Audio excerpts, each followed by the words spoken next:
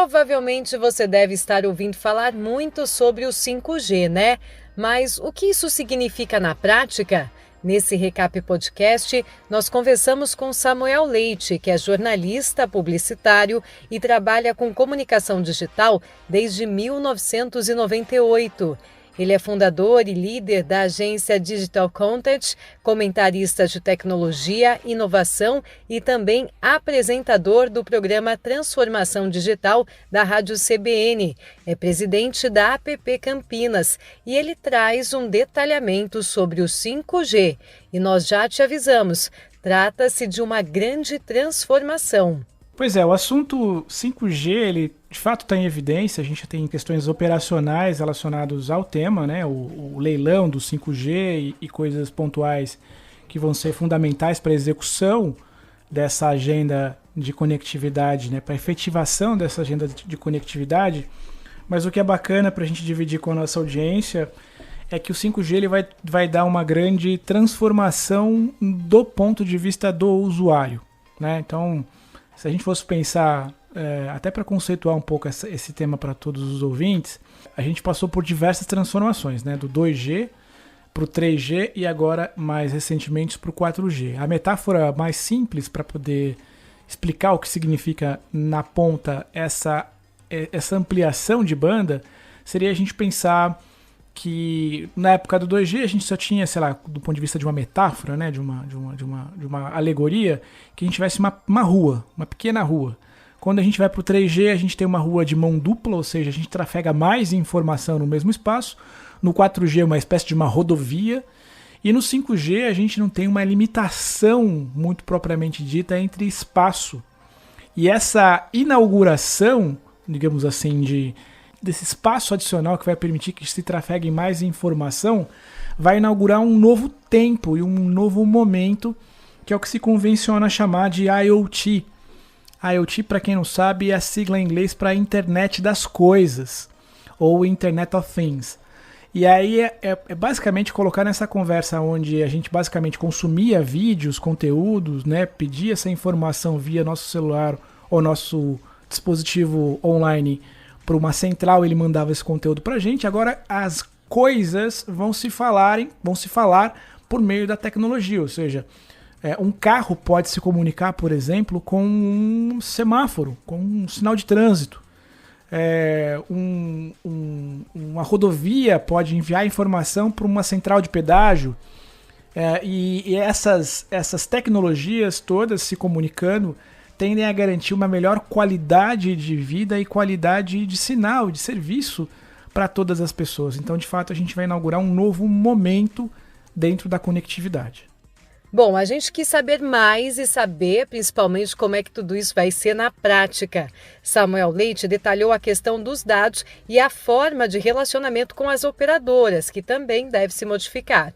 Com certeza o impacto do 5G vai garantir para o consumidor final, né, para o usuário na ponta, uma nova possibilidade de negociação com a sua operadora. Então eu entendo que essa tecnologia vai ajudar em muito o usuário, que vai a partir de agora poder ter um poder de barganha melhor no sentido de consumir informação, até porque dados de certa forma tendem a ser uma commodity.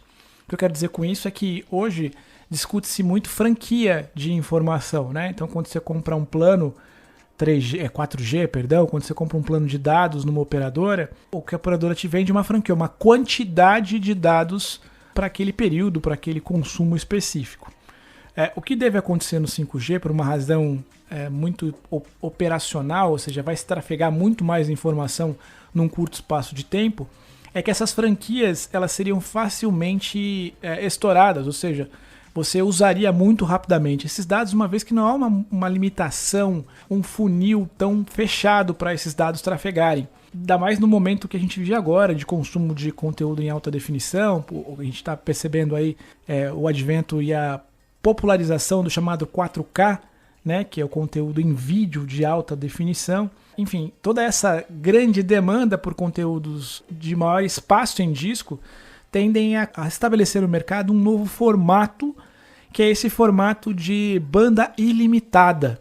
Então, eu acredito que a gente vai ter, a partir de agora, as operadoras ofertando planos ilimitados de dados. Isso tende a ser uma constante do ponto de vista de mobilidade daqui para frente.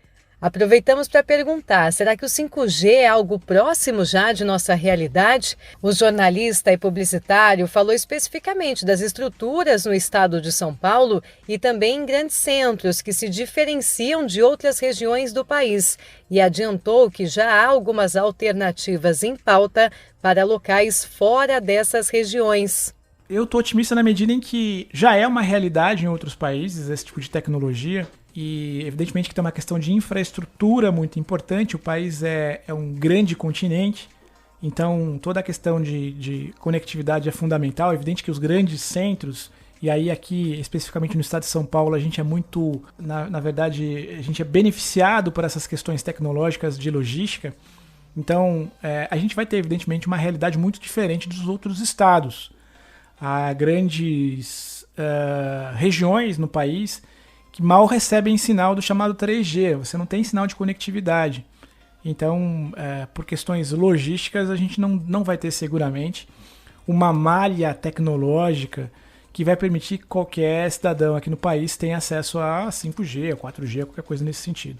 Existem inclusive outras alternativas que já estão sendo estudadas no mundo afora, que é a internet por satélite, que deve chegar a pontos mais inóspitos, digamos assim, né, como nos polos, né, no Alasca, por exemplo, onde você vai consumir uma internet de uma boa velocidade, mas tudo isso por satélite, né? Mas voltando ao tema do 5G e do ponto de vista de mobilidade, eu acredito que os grandes centros, como sempre, né, região sudeste e sul do país, devem em muito pouco tempo começar a ter acesso a essas tecnologias. Elas vão, num primeiro momento, acontecer também muito pontualmente, ainda com áreas de sombra, né? Ou seja, áreas onde a gente não vai ter grandes velocidades de transmissão de dados, mas em pouco tempo isso deve ser equacional. O problema todo é que quando a gente pensa na tecnologia 5G como um todo, que tem essa coisa muito interessante da conectividade entre outros devices, né? Outros aparatos tecnológicos que transcendem o celular e o computador, a gente não vai conseguir ver a aplicação prática dessas tecnologias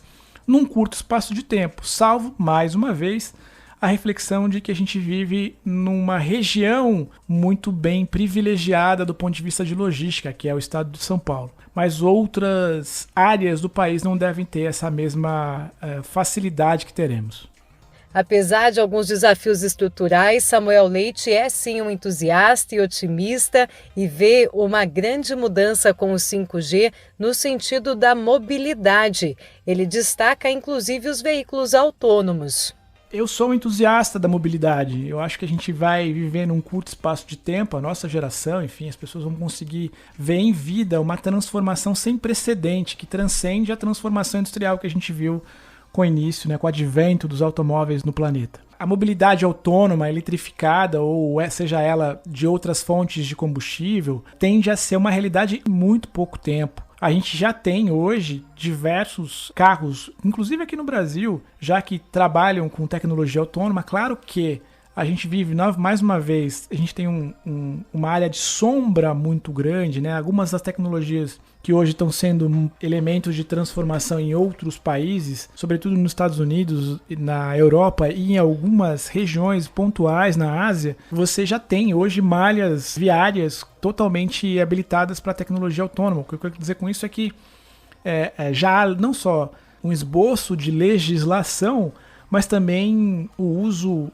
recorrente de veículos autônomos, ainda evidentemente numa fase experimental, que deve se intensificar para os próximos anos. Mas já existe aqui no Brasil circulando alguns veículos autônomos, a gente já tem algumas iniciativas bastante promissoras, né, de túneis, enfim, de elementos ali para poder amplificar ainda mais a discussão da mobilidade, mas eu sou grande entusiasta dessa agenda. Eu acho que num curto espaço de tempo a gente vai conseguir se valer dos veículos como mobilidade e não mais necessariamente depender de guiá-los, também cuidar efetivamente de maneira reativa da manutenção desses veículos. E mais importante que isso tudo é que a gente vai perceber, eu espero que isso a gente observe num curto espaço de tempo, que a gente possa perceber efetivamente efetivamente uma diminuição enorme no número de acidentes, que são evidentemente causados, na imensa maioria das vezes, por falha humana, né? Mas quando essa malha toda viária estiver conectada e estiver interagindo, a gente entende que a gente vai diminuir drasticamente essa enormidade de mortes que a gente tem no trânsito todos os dias. Aproveitamos essa conversa com o Samuel para deixar algumas dicas aos postos de combustíveis e também às lojas de conveniência no sentido de atrair clientes. Eu respondo essa pergunta muito como consumidor, né? Como é que eu gostaria de ser recebido em um espaço, como é que eu gostaria de ser tratado em um espaço. O que eu acho que é uma dica simples, mas bastante importante, é que, de novo, conectividade é um elemento hoje inquestionável, então ter uma boa rede de Wi-Fi disponível ali para o teu consumidor é fundamental. Eu recomendo que ela não seja senha, que a senha seja livre, né? Que você faça algum tipo de check-in de alguma coisa que garanta ali para o usuário algum tipo de conexão com a tua marca. Isso pode ser uma forma do usuário, sei lá, ele assistir um videozinho de 15 segundos sobre o teu posto, poder fazer um check-in, né, no teu espaço, enfim, que você de alguma forma tenha algum tipo de conexão com ele. Eu acho que isso é prudente e do ponto de vista de negócio é interessante. Eu acho que ele não vai se importar, como eu não me importaria de poder ter esse tipo de contato aí de cortesia. Essa internet tem que ser de boa qualidade, porque não adianta nada você oferecer um serviço, esse serviço ser lento, enfim, e não transmitir para esse usuário uma sensação de segurança.